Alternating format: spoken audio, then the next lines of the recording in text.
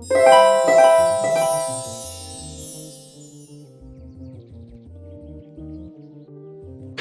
guys, how's it going? Welcome back to the early show with me, Pastor Gina, where I share with you news as well as unpack real-world events and offer practical advice, all from a Dharma perspective, to help us to navigate the challenges that we face every day. Before we start on today's topic, I would just like to say a big thank you to the sponsor of today's video, who wishes to remain anonymous, but would like to dedicate their contribution towards all beings' liberation from suffering and attainment of compassion, wisdom, and true happiness. Now today we're going to be talking about Buddhist altars. Specifically, why is it that Buddhist altars are so fancy? One of the questions that I'm often asked is, oh my god, Pastor Gina, shouldn't the money spent on an altar be given to charity instead? Which incidentally is a question that I've answered in previous weeks, so I'll put a link to that video in the description section below. So let's get on with today's topic. Why are Tibetan Buddhist altars so fancy? Why do Buddhists spend so much on their altar? Altars are a physical manifestation of our practice, a physical representation of our practice. They're a focal point, something for us to concentrate on, to focus on, whilst we're doing our daily prayers and our daily practices and our daily sadhana. Our altars are also an opportunity for us to generate merit by making offerings towards the three jewels, which are the Buddha, the Dharma, and the Sangha.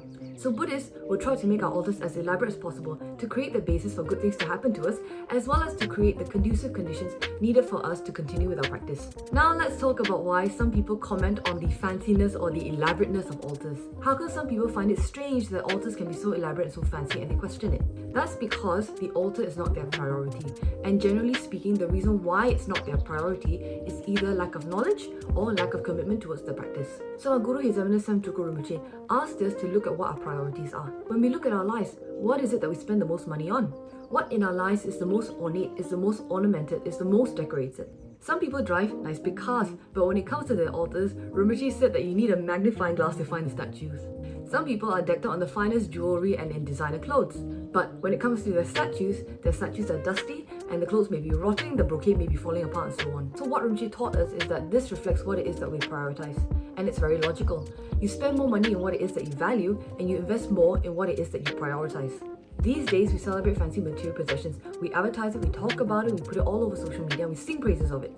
So what I'll say is this: let's normalize having fancy altars, just as we have normalized having fancy cars, fancy houses, going on fancy holidays, and having fancy clothes.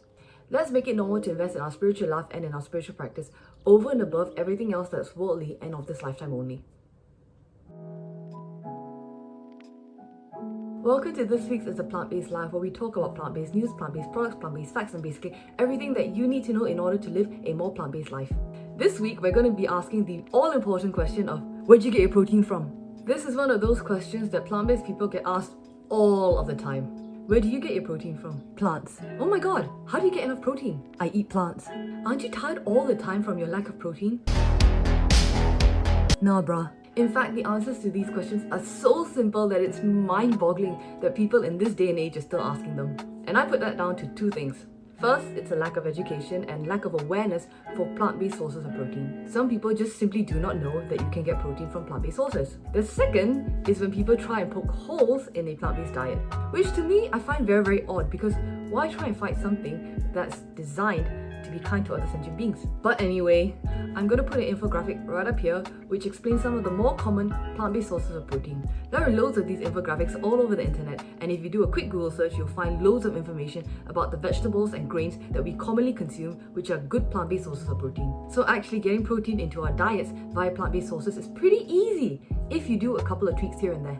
And if you do another search on Google, you also get more information about how much protein our body actually needs and how much protein our body actually absorbs. Now obviously I'm not a nutritionist, and obviously everyone's bodies have different nutritional needs, but for most of us, the fact is that a plant-based diet can provide us with an adequate amount of protein for a balanced diet. If you think about it, there are world-class vegan and vegetarian athletes who are performing at an elite level, who are placing far greater demands on their body than we could ever do. And if they can be plant-based, how come we can't? Just some things for you to think about in this coming week. Welcome back to the weekly roundup, where I tell you about news and events that are happening throughout the organization, as well as things that have happened in the past week. Now the big exciting event that is coming up real soon is Wesak Day. This year, Wesak Day is going to be held on May the 26th, and it's the biggest day on the calendar for Buddhists all around the world. And that is because it's the day that Buddha Shakyamuni was born, the day that he gained enlightenment, and the day that he entered Parinirvana. Now, as I mentioned in last week's live stream, if we really think about it, at our stage, at our level, it's very difficult for us to plan what is going to be happening next week, next month, let alone next year.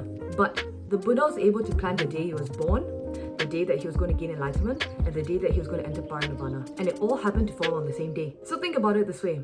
Out of all of the days in the year, he picked that one particular day to show all of these miracles, which means that that day must be something pretty special. Since that's the day that Buddha picked, it has been said that any offerings or any prayers that we make on Wesak Day are multiplied by 100,000 times. So don't miss this opportunity to generate merit for yourself and for your loved ones. The offering packages have already been released, so right after this video, hop on over to the Vajra Secrets website and take a look and sign up for something. And finally, just to remind y'all, Kachar Soup Kitchen has put out a call for donations. They are urgently in need of donations to their food bank, so things like rice, flour, cooking oil, instant oats, and so on. The full list is available on KSK's Facebook fan page, so please go over there, take a look, and see how you can help out.